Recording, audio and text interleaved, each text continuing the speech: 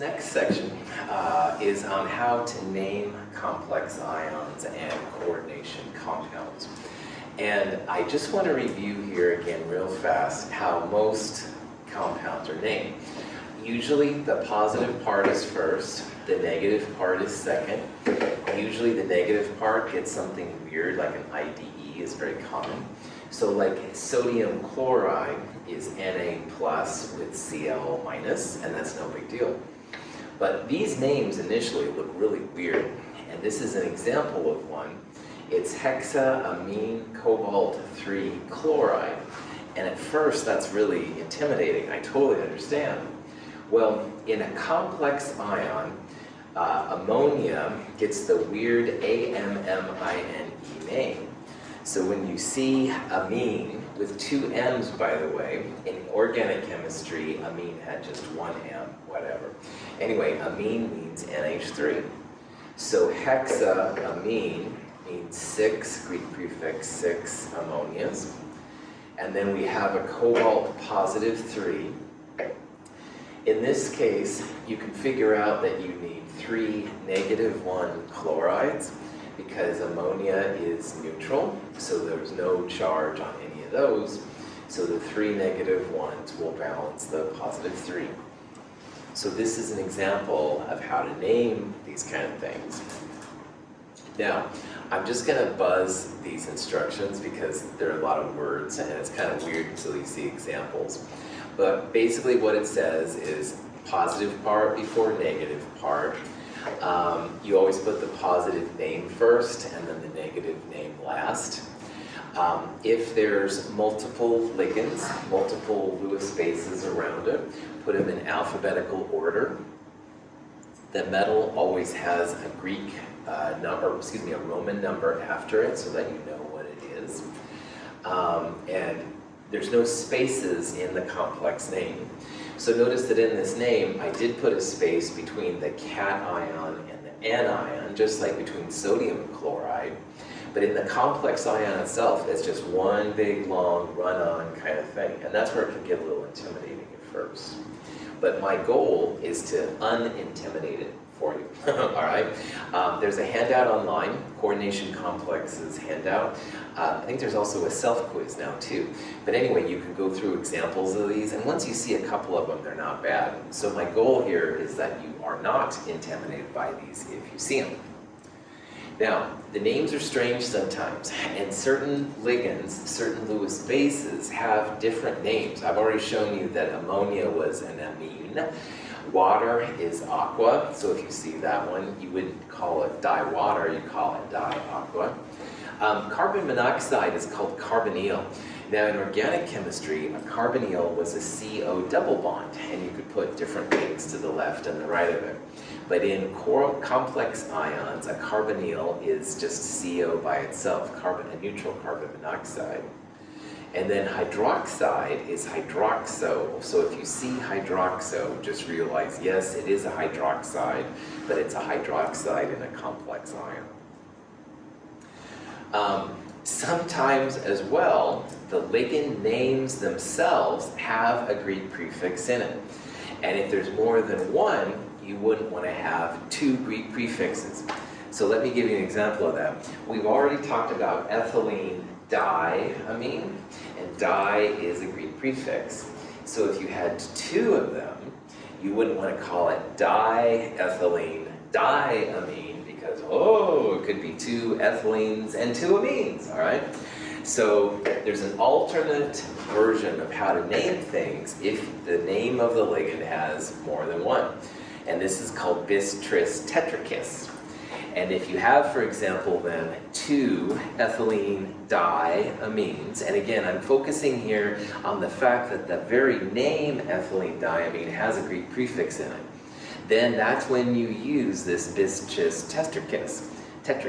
So in this case, if you had 2 ethylene diamines, you would use this prefix for 2, which is bis, put it in parentheses. Bis ethylene diamine tells the hip chemist that you have 2 ethylene diamine molecules. So again, if you had just diethylene diamine, it might sound like 2 ethylene molecules and 2 ammonias, 2 amines. But when they say bis, that lets the chemist know, oh, we've got something with a Greek prefix coming in, ethylene diamine. Now, this is all as clear as mud. Trust me, I understand completely. Let's do some examples. So this is an example of a complex ion. All right, it's got a charge on it, so we know it's an ion. This is a cobalt, and there are 6 water molecules around it. So to name this thing, all right, we're going to put the cobalt close to the end. We need to know the charge on the cobalt. Does water have a positive or negative charge? No, good, thank you, Bethany.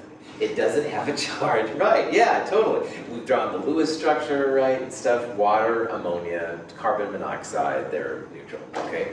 So why that's important is that this positive 2 then has to come from the cobalt.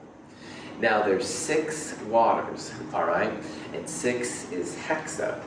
So this molecule, this ion, would be hexa aqua cobalt 2.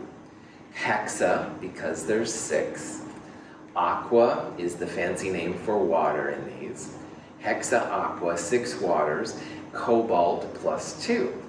It's an ion. It has a positive or negative charge on it. Good to go. If I would have taken the chlorides off here, I would have called this part, in brackets, alone, I would have called it the hexaamine cobalt 3 ion. All right? You don't use the ion name in a neutral compound, but in something like this, then you totally say that it's positive or negative. Any questions on this? The names will get long, but you can break them up, all right? And that's what I totally recommend doing. And you can draw on the name and stuff like that to see where things start. This is an example of a compound we have talked briefly about. This is the anti-cancer drug called cisplatin. Cis means, in this case, that the chlorides are next to each other, 90 degrees, cis. If the chlorides were opposite each other, then it would be a transplatinum. But that's the unofficial name. Just like water is the unofficial name for dihydrogen monoxide, let's figure out the official name for this molecule. Now this molecule is neutral, so we won't call it an ion because there isn't a positive or negative charge.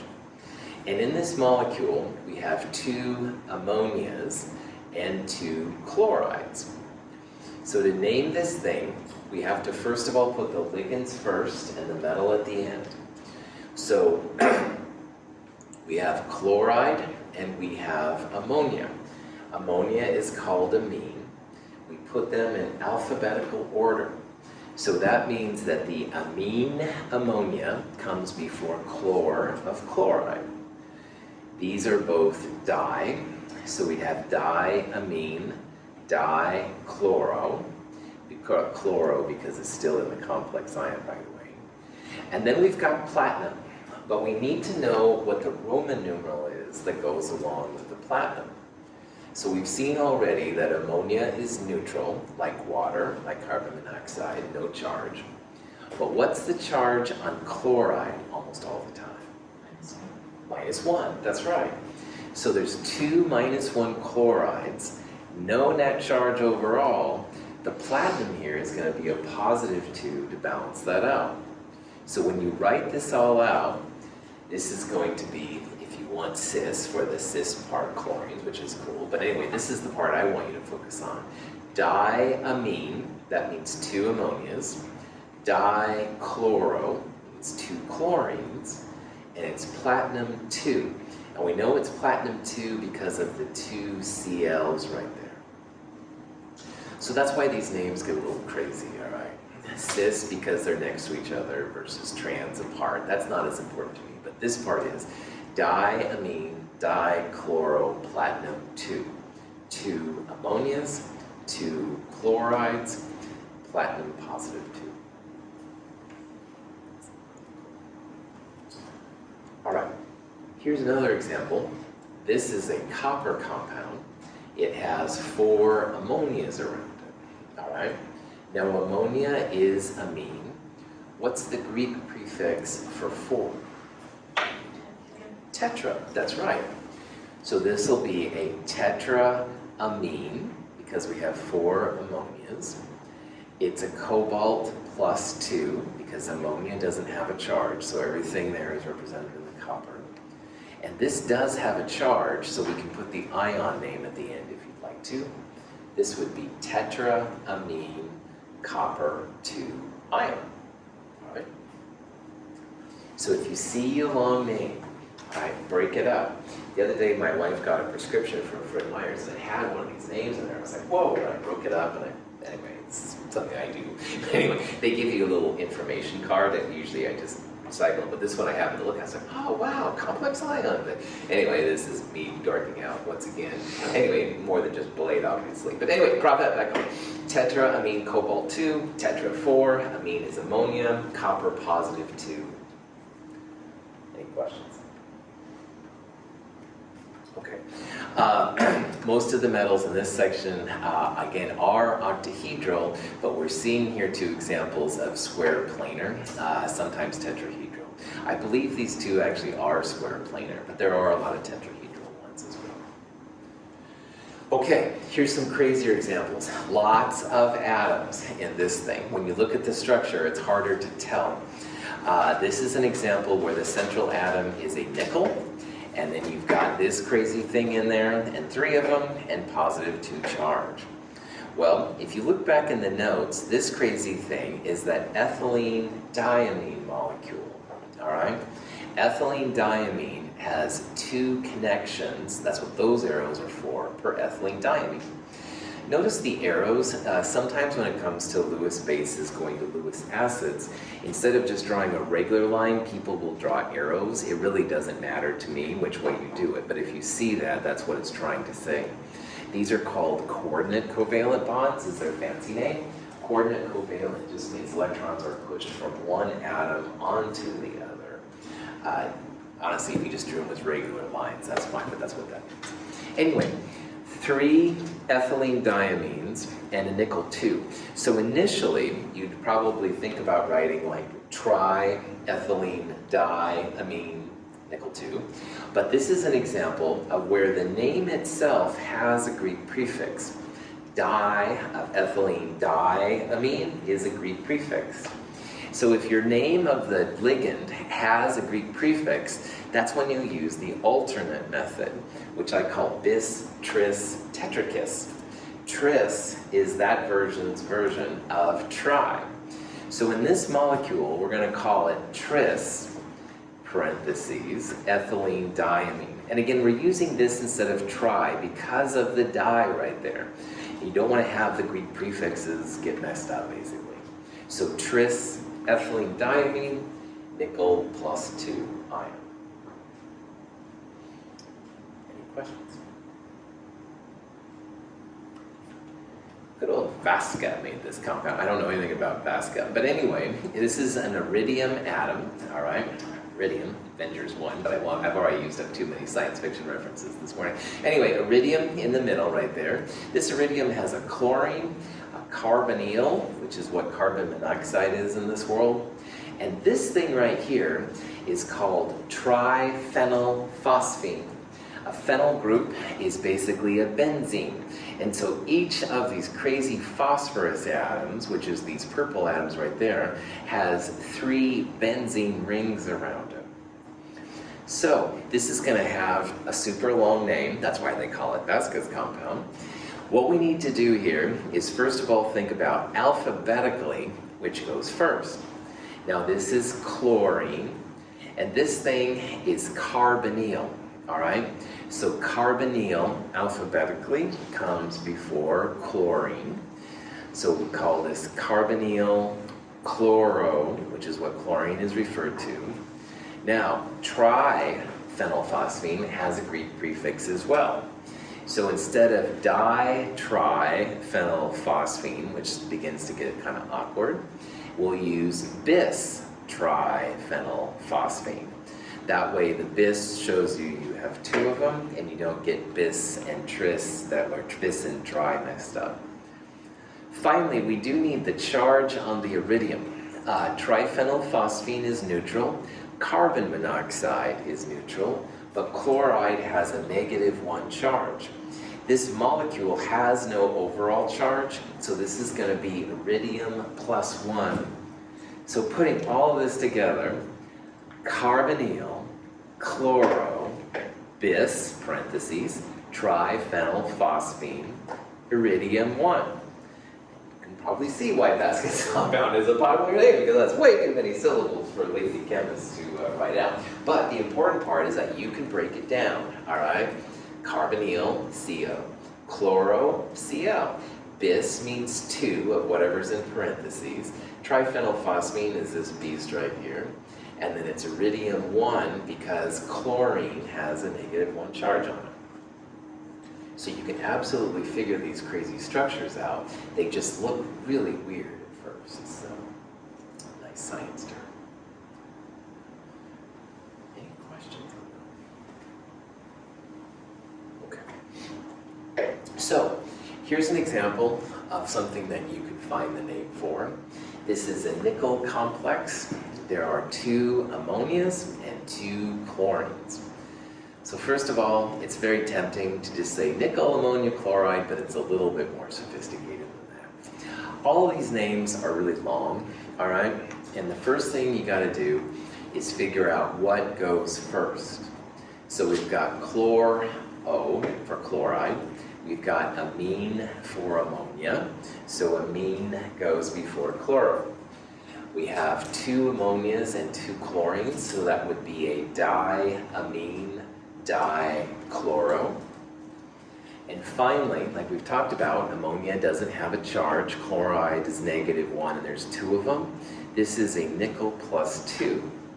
So if you look at all these things long enough, and remember that amine goes before chloro, answer D would be the right one.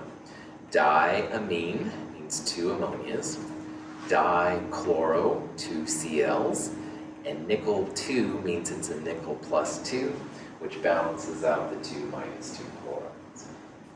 Any questions? So these are just some examples. You can look at these later in your notes, but I think they'll start to fall for you. This first one right here, first of all, this is a coordination compound. It doesn't have a charge on it. We're going to have chloride at the end after a space. But this part here in square brackets, we're going to put all of that together. Now again, this is ammonia, which is amine. This is chloro. We've got 5 of them, so that would be a pentamine. Chloro comes alphabetically after amine, so that would be after the pentachloro. We do need to figure out the charge here. This cobalt is bounded by 1, 2, 3 chlorines. So there's no net charge. That means this must be a cobalt +3. So this compound, you would write pentamine, 5 ammonias. The chloro in the square bracket, the complex ion goes right there. And it's cobalt 3, +3, because in addition to this -1 chlorine, there's 2 more right there. So pentamine chlorocobalt 3 chloride would be the correct name. Now this is an example where the complex ion is an anion. Like up here, the complex ion was part of the cation, part of the positive part. This is an example where we have a cadmium that's part of the anion. So potassium is positive, and this whole thing right here is going to be negative. Now I know that because this is +1 for each potassium, the part in square brackets right here has an overall -2 charge. Cyanide, which is listed as cyano by the way, is -1. So when you do the math, this is a cadmium +2 here. So to name this, instead of having the space chloride like we did, In this one, we're going to have potassium space and then the name of the anion. When you have a metal in the anion, you don't call it cadmium-2, you give it a cadmate, ATE ending. And these always look really strange to me. But this one here would be then potassium space tetracyano-cadmate-2. Tetra means 4, cyano is cyanide, Cn-1. And instead of calling it cadmium-2, when the metal's in the negative part, it's called cadmate-2. I didn't make these rules, I'm just the messenger. Questions on that? So if you see like zinc-8, chromate, something like that, that just means that the metal is in the anion part of the particular complex ion. Okay. Here's an example of a nickel complex. It has 2 ethylene diamines and 2 chloros. We can use the di on the chloro, no problem. But again, ethylene diamine has a Greek prefix in the name. So for ethylene diamine, we'll use that bis, tris, tetrakis thing.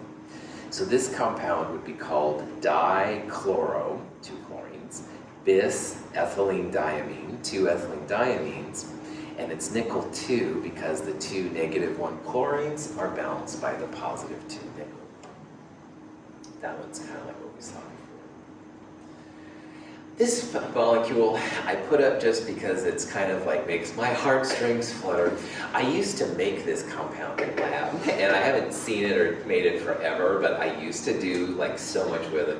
So I had to put it up here just as an homage to my less than glorious past. But anyway, this compound is a chromium, 3 chlorines, and this thing in brackets, in parentheses right here, is a compound called tetrahydrofuran, THF. And THF is actually a real common organic solvent. If you take organic chemistry, I'm sure you'll run into tetrahydrofuran. But for us right now, why I'm putting it in here, besides just stupidity, is because this thing has a Greek prefix too. All right, we saw the ethylene diamine had one, so we had to use the Greek system, the other system. We have to use the other system for this one here too. Tetra is a Greek prefix. All right, so tetra is T, chloro comes first. Tetrahydrofuran is neutral, so this is chromium plus 3 because of the negative chlorides. So this beast here, the official name, was trichloro tris tetrahydrofuran chromium 3. So again, this is the compound I used to make, and I just used to call it the purple stuff, I think. So because obviously that was a lot easier than tetra blah blah. Any questions on that? All right. This molecule was actually helpful in figuring out how to purify a lot of metals. They used to sell metals which they thought were pure, but they weren't. A lot of these things had different anions on them. Anyway, that's not important here. Carbon monoxide, CO, is called carbonyl, and there's 5 of them. So this would be pentacarbonyl, all right? But the interesting thing here is that iron actually has a 0 charge. Carbon monoxide is like water, which is like NH3 ammonia. It doesn't have a charge. So this thing is pentacarbonyl iron 0. It's a 0 charge iron, and that doesn't happen a lot with these, but in this one it does. The carbon monoxides actually go all the way around the metal. So if you expose metals, a lot of times, to carbon monoxide, they will react in this kind of complex ion. But there's no net electrons being charged. It's just that the carbonyl has electrons that can push themselves into the empty orbitals on the metal. Nickel is still purified with carbon monoxide this way. They add carbonyl to the nickel, it extracts it, and then they get the carbon monoxide off. So, questions? Okay. There's one more thing I want to go through, and I'm going to go through pretty fast here. We always saw cisplatin, which is an anti-cancer drug. Its official name is this platinol AQ, and I guess it is still being used, which is pretty cool. But cis and trans refers to a type of system called isomers. And we talked about isomers in the organic chemistry section, Lewis structure section of Chem 222. Isomers are certainly part of inorganic chemistry as well. But there's lots of different variations on isomers when it comes to these complex ions. There's several types of isomers. So in Chem 222, we looked at how you can make an isomer from the same number of atoms, but they had whole different structures and stuff, different properties, all right? They become pretty important when it comes to these kind of things, and I want to just go through some examples here real fast too. Coordination sphere isomer, which I'm not going to ask you any question on, is just a wild example, and I can't even believe some ways this is even possible.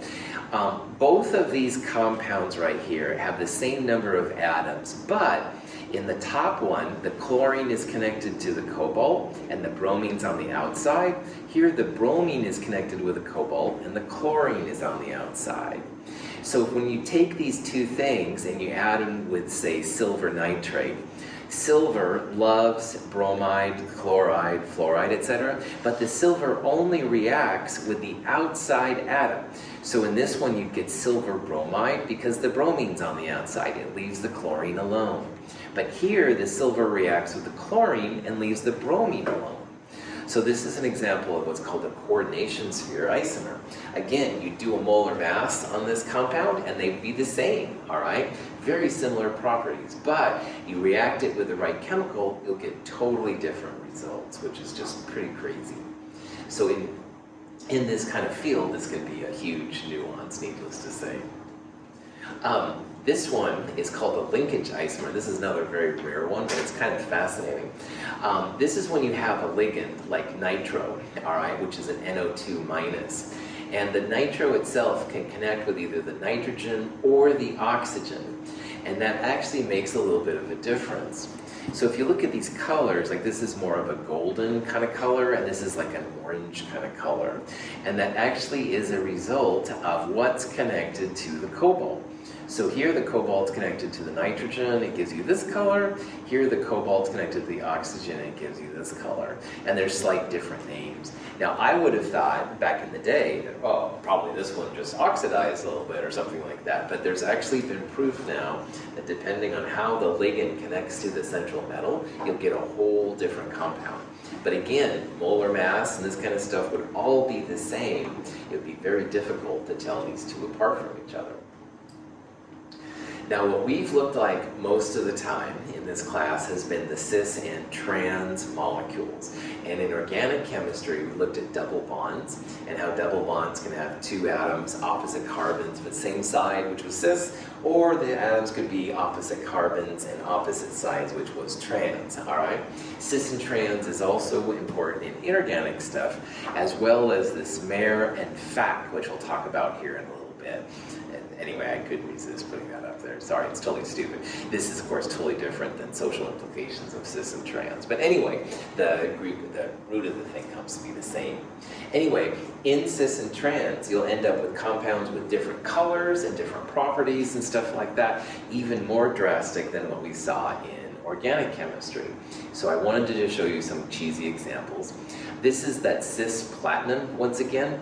Platinum is in the middle, the green is chlorine, and these are the ammonias. Now this one right here, the quote-unquote cis form, the chemists call it cis because they're at 90 degrees. And the trans form is when they're 180 degrees apart from each other. So it's a little bit different than with double bonds, but anyway. When it comes to making anti-cancer drugs, you must have the cis form. The trans form is not very polar, all right? So you don't have the same kind of reactivity against the cancer that the cis does. And I don't know the mechanism or anything like that, but the cis one is worth lots of money, and the trans is basically something you can recycle and put in the waste jar.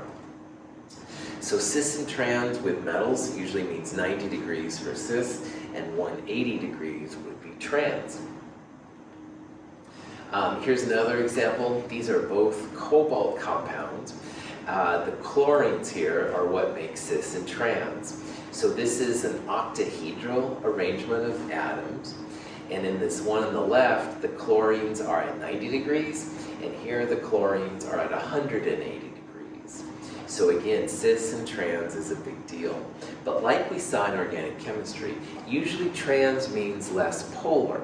So in this version, you can see how the chlorines would cancel, just like the ammonium poling would cancel. But over here, these chlorines will pull differently than the ammonia. So this would have a more of a polar moment. It would, in theory, be more reactive than the other one would be. So I basically put these up here just to say that cis is more 90 degrees and trans is more 180 degrees when it comes to metals. Now, if you extend the cis and trans to octahedral compounds, there's another type of cis-trans isomer kind of phenomena that occurs. And they refer to it as mer and fac. Fac means facial, and mer means meridional, which, again, I'm not very good with names. Now, the dark blue in the middle is some random metal, and you can think about the kind of yellow ones there maybe as chlorines, and the light blue ones as ammonias or whatever. So they're the same formula, but notice that on this example, we have 180 degrees of the light blue atoms. And on this one over here, all of the light blue atoms are at 90 degrees. Likewise, if you look carefully, there is a 180 yellow relationship on this mer version. But over here on the fac, the facial ones, all the yellows are at 90 degrees from each other. And believe it or not, this also makes a difference. Nothing on the fac isomer cancels out. Like you never have yellow 180 degrees from yellow. But on the mer, you do have a yellow 180 degrees from yellow. So people say then that the meridional version is less polar and the facial version is more polar. So my chromium compounds with THF or whatever, they actually had mer and fac, and I didn't worry about that too much for what I was doing. But if you have an octahedral system with 3 atoms that are the same and 3 atoms that are the same but different, then you can have this mer-fac thing kind of show up. And just like we write like cis-2-butene, you should write in these kind like mer C or Cl3H2O3s or something like that. The wildest though one of all, and I wanted to introduce here and stuff before we left talking about lecturing, is what's called an optical isomer. And these really blew chemists away in the 50s and 60s. And I would argue they're still blowing chemists away big time. If you look at your hands have 5 fingers, thumbs, pinkies, etc. They're all the same, but they're different, all right? Like you can't superimpose them. I should do this in front of the camera. You can't superimpose your hands, like the thumbs are now opposite, your pinkies are opposite. Their hands are like mirror images of each other. Like if you can imagine there's like a mirror between, your hands are like mirror images. Like you see the same thing in the mirror. They're not the same molecule though, and this is something that affects chemists in a big time way. So if you have this mirror image phenomena available, the molecule is called chiral. And chiral, which apparently comes from Latin or something, just means handed, all right? It's the same kind of phenomena you would have in your hands, like they're mirror images of each other. The formulas of the molecules are the same, but they will have different things. An enantiomer is when you have both the left hand and the right hand present around. Enantiomers are when you have both of them together. Instead of saying a mirror, the scientists will a lot of times say a plane of symmetry, which means that if you put them in front of a mirror, they look the same. Now, these 2 molecules, all right, are actually different. They both have a black atom, a white atom, blue, yellow, pink. But if you look carefully, all right, the whites are both sticking up, and the pink is both sticking back to the right. But notice that back into the board, if you will, there's a yellow atom, and this one has a blue. And coming out on the left there, this one is blue, and this one is yellow. This is an example of this mirror image kind of phenomenon. So if you rotate them around, All right, this one kind of is this one, and this one becomes that one. There is a mirror image between them, all right? And you can rotate them around as much as you want. You're never going to have them be the same. In an organic chemistry compound, if you have carbon in the middle and 4 different pieces around the outside, you will have enantiomers. You will have an optical isomer pair. So for example, if this was carbon, hydrogen, chlorine, bromine, and iodine, you would have the potential for an enantiomer, all right? You could have methyls, chlorines, but as long as all 4 of the pieces around the central atom are different, you will have the potential for optical isomers.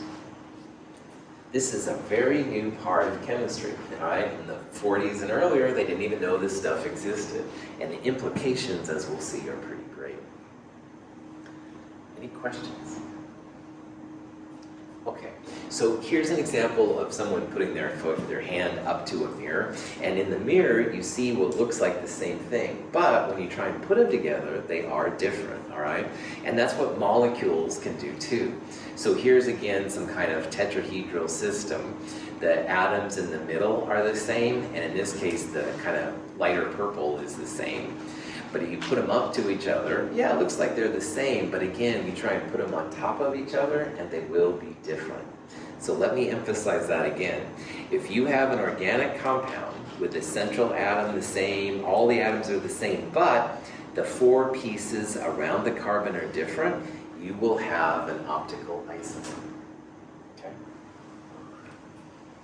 Jonah, wake up for this part. Sorry to interrupt you, man, but you got to see this. Oh, the term chiral derives from the Greek word hand.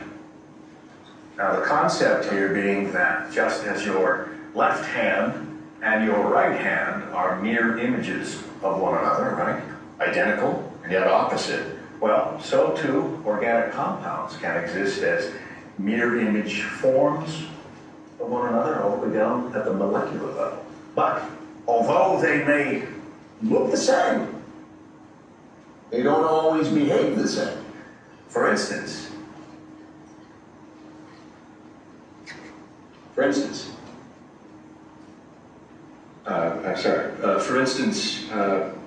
thalidomide, the right-handed isomer of the drug thalidomide is a perfectly fine, good medicine to give to a pregnant woman to prevent morning sickness, but make the mistake of giving that same pregnant woman the left-handed isomer of the drug thalidomide, and her child will be born with horrible birth defects, which is precisely what happened in the 1950s. So, chirality, mirrored images, right? Active, inactive, good, bad. Yin yang. So, yes, Ben? This is going to be on murder? This is from Breaking Bad. If you haven't seen it, it's... Is this going to be on the midterm? He's kind of driven.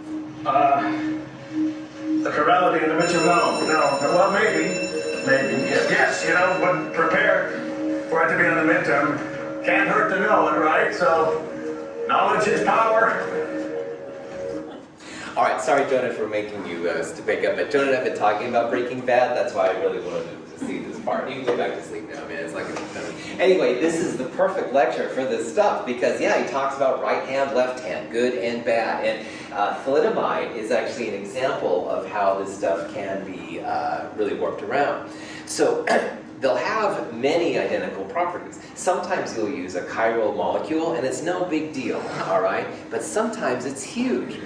They'll have similar solubilities, melting points, boiling points and stuff. They'll look the same in the mass spectrometers, jazz like that. But man, if you get them in the wrong place at the wrong time, they're going to be really reactive, and that's when you get the good and bad kind of things. Now, if you suspect you have a chiral enantiomer molecule, you can use what's called plain polarized light. And that, as it goes through, it'll either go to the right or the left, if you have a pure isomer. You can also use another molecule, which is chiral. And so right-handed version 1 will work with right-handed version left. And they'll only come together, but right and left ones won't. So it's very tricky. This is not easy stuff. And this is where technology has helped chemists out so much. So let's pretend that we have a molecule, we think it might be chiral, all right? If you take a regular light comes off in 360 degrees, all the different ways, and they'll put it through a filter which polarizes it. And that basically means it makes it two-dimensional, all right? So in this case, it's along this axis. It goes up and down. And if you do that, then you can put it through a sample. Now, if your sample is pure, with only one of the enantiomers in it, either right or left hand, then you'll see the light maybe go off to the right, or the light go off to the left. Sometimes next to names, you'll see D or L, little d or L, and that stands for how it rotates the light, all right? So a rotate to the right would be this D, dextrorotatory. A rotate to the left would be laboratory or left. A lot of times, though, you'll have what's called a racemic mixture, which just means you have almost equal amounts of both right and left side. And if you have that, your plain polarized light goes through, it doesn't go to the left or right. The left and the right cancel, and it kind of goes the same way. So this stuff is pretty difficult to detect. In organic chemistry, this becomes super important, and that's why I wanted to introduce it here real fast and stuff in case you do end up taking organic chemistry. Now, a lot of times using another chemical is the best way to see if a reaction is chiral, or you have a chiral reagent or not. And this is just an example I found online, and don't worry at all about this. We have a racemic mixture of this cobalt. Racemic means you have both the left and the right polarized light. And in this particular example, if you react it with a reagent, which is totally D, which is totally the one reagent only, then you end up with two separate compounds, all right? In this case, you have a solid, and in this case, you have everything being aqueous. So you can actually separate your mixture into a pure D form, and the L form becomes aqueous. And this is where the chemistry gets really crazy and stuff, but it's really cool. They can separate it out. Now again, before the 1950s, they didn't even know this stuff was around, and now they're starting to figure it out, which is pretty cool. This is, my references just become worse and worse, I know. So Samuel L. Jackson, Samuel D. Jackson, this refers to the L and D racemic forms, so same thing, but they're, all right. Anyway, why this is important, all right, is that thalidomide, and Ward White in Breaking Bad there just mentioned it, woohoo! Anyway, thalidomide was a compound that was given to pregnant women in Europe in the 50s, all right? And the advantages of good thalidomide is that it made morning sickness a lot less and stuff like that. People are like, yeah, thalidomide is cool. However, thalidomide has both the right and the left, the good and the bad. Anyway, they didn't separate them out at the time. And so the women that used this and stuff, their babies were born with horrible birth defects. And just about 10 years ago in England, there was a huge class action settlement, and the drug makers paid $1 zillion to the poor people that were affected by the bad version of thalidomide. Now, people have the technology. They could make thalidomide in just the good form, and people could give it, but the reputation is really bad, so no one would do it. The thalidomide was never approved in the United States, and that's one of the things that the FDA always takes credit for. It's like, oh, well, our good processes kept it from going. I don't know about that, but anyway, it is interesting. Ritalin is a more contemporary compound that definitely has a left and a right side, all right? And people are definitely making the case that Ritalin, the one version is much better for tackling ADHD than the other side is. So Ritalin is one we might hear about more in the future as being a possible candidate for this kind of thing. Anyway, questions? Any of that? Okay. Okay, so what we're going to do now, the next section, by the way, is on something called crystal field theory. And in inorganic chemistry, there's two modeling systems. We saw in Chem 222 how you could split things up into either valence bond theory or molecular orbital theory. And molecular orbital theory is a lot better but more complicated. Well, in inorganic chemistry, crystal field theory is like valence bond theory. It's pretty accessible. You don't need fancy computers. But molecular orbital theory is the other theory that's used that's really cool but just a lot more complicated. I'm not going to start crystal field theory. That's more fun than we need right now. So I think what we'll do right now is take an earlier break, about 5 minutes or so. I'll change over my slides and we'll do some review slides for the midterm, which of course is happening this week. So at this time, let's take a break. It's about 10:40, 10:45 or so. We'll start up again with some review things. Any questions?